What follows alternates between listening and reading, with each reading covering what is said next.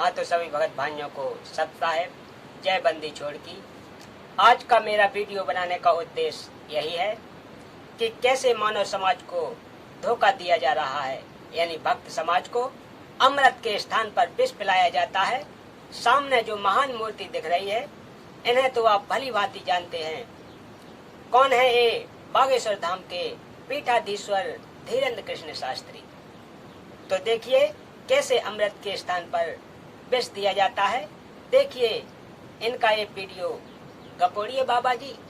हनुमान जी की पूजा करने का 20 लाभ है। रोग हो, बीमारी हो, दवा काम ना कर रही हो, आप हनुमान जी की पूजा करिए, हनुमान जी के भक्त बन जाइए, हनुमान चालीसा का पाठ करिए तो होगा क्या? दवा असर करने लगेगी, रोग मिट जाएगा। और क्या कहा बाबा ने? दवा असर करने लगेगी, रोग ठीक हो जाएगा। हनुमान जी के भक्त बन जाओ, हनुमान जी की पूजा करो, हनुमान चालीसा का पाठ करो, दवा असर करने लगेगी, रोग ठीक हो जाएगा। पहले तो ये बताओ शास्त्री जी कि कौन से शास्त्र में हनुमान जी की पूजा का प्रमाण है? शास्त्र तो आपने पढ़े नहीं, तो शास्त्री कैसे हुए? लगता है रामचरितमानस का अध्ययन नहीं किया आपने। रामचरितमानस में स्वयं हनुमान जी ने अपनी भक्ति का लाभ बताया है। चलिए रामचरितमानस में प्रमाण देखते हैं। ये रामचरितमानस है, सुंदरकांड, दोहा नंबर 6, चौपाई नंबर 1। सुनहु पवन सुत रहन हमारी, जिम दसनन महु जीभ बिचारी। तात कबहु मोए जान अनाथा, कर हहीं कृपा भान कुल नाथा। विभीषण जी ने कहा, हे पवन पुत्र, मेरी रहनी सुनो। मैं यहाँ वैसे ही रहता हूँ जैसे दांतों के बीच बेचारी जीव। हे तात, मुझे अनाथ जानकर सूर्यकुल के नाथ श्री रामचंद्र जी क्या कभी मुझ पर कृपा करेंगे? तामस तन कछु साधन नाही, प्रीत न पद सरोज मन माही।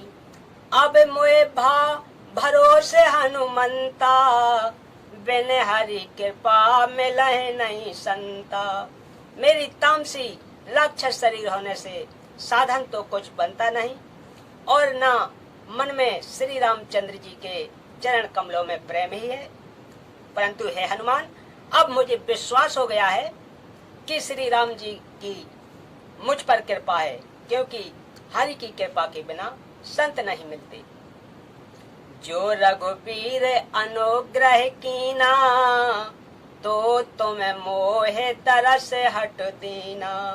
सुनहु विभीषण प्रभु के रीति, करहि सदा सेवक पर प्रीति। जब रघुवीर जी ने कृपा की है, तभी तो आपने मुझे हट करके अपनी ओर से दर्शन दिए हैं। हनुमान जी ने कहा कि हे विभीषण जी, सुनिए, प्रभु की यही रीति है कि वे सेवक पर सदा ही प्रेम किया करते हैं। कहाऊं कबन मैं परम कुलीना, कपि चंचल सब ही विदहीना। प्रात ले जो नाम हमारा, तह दिन ताहे न मिले आहारा। भला कहिए, मैं ही कौन बड़ा कुलीन हूँ? जाति का चंचल बानर हूँ और सब प्रकार से निज हूँ। प्रातः काल जो हम लोगों यानी बंदरों का नाम लेते हैं, तो उस दिन उसे भोजन न मिले। हाँ तो भाइयों, ये था हनुमान जी की पूजा का लाभ, जो कि स्वयं बताया हनुमान जी ने। चलिए अब गीता जी में गीता ज्ञानदाता ने कौन से प्रभु की शरण में जाने को कहा है, देखते हैं। गीता अध्याय 18 श्लोक 62। गीता अध्याय 18 श्लोक 62 में कहा है कि अर्जुन, सर्व भाव से उस परमेश्वर की शरण में जा, उसकी कृपा से ही तुम परम शांति को तथा सतलोक शाश्वतम स्थानम को प्राप्त होगा। उस परमेश्वर के तत्व ज्ञान व भक्ति मार्ग को मैं गीता ज्ञानदाता नहीं जानता। उस तत्व ज्ञान को तत्वदर्शी संतों के पास जाकर उनको दंडवत प्रणाम कर तथा विनम्र भाव से प्रश्न कर, तब वे तत्वदृष्टा संत आपको परमेश्वर का तत्व ज्ञान बताएंगे। फिर उनके बताए भक्ति मार्ग पर सर्व भाव से लग जा। प्रमाण गीता अध्याय 4 श्लोक 34।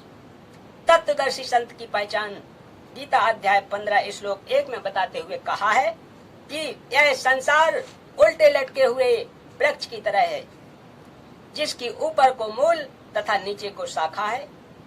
जो इस प्रकार इस संसार रूपी वृक्ष के विषय में जानता है, वही तत्वदर्शी संत है। गीता अध्याय 15 श्लोक 2 से 4 में कहा है कि उस संसार रूपी वृक्ष की तीनों गुण, रजगुण ब्रह्मा, सतगुण विष्णु, तमगुण शिव रूपी शाखा है, जो स्वर्ग लोक, पाताल लोक तथा पृथ्वी लोक तीनों लोकों में ऊपर तथा नीचे फैली है। उस संसार रूपी उल्टे लटके हुए वृक्ष के विषय में अर्थात सृष्टि रचना के बारे में मैं इस गीता जी के ज्ञान में नहीं बता पाऊंगा। यहाँ विचार काल में गीता ज्ञान जो ज्ञान आपको बता रहा हूँ यह पूर्ण ज्ञान नहीं है। उसके लिए गीता अध्याय 4 श्लोक 32 में संकेत किया है, जिसमें कहा है कि पूर्ण ज्ञान तत्व ज्ञान के लिए तत्वदर्शी संत के पास जा, वही बताएंगे। मुझे पूर्ण ज्ञान नहीं है। गीता अध्याय 15 श्लोक 4 में कहा है कि तत्वदर्शी संत की प्राप्ति के पश्चात उस परम पद परमेश्वर, जिसके विषय में गीता अध्याय 18 श्लोक 62 में कहा है कि खोज करनी चाहिए, जहाँ जाने के पश्चात साधक पुनर्लौट कर वापस नहीं आता, अर्थात पूर्ण मोक्ष प्राप्त करता है। बोलिए सत्य गुरुदेव की जय।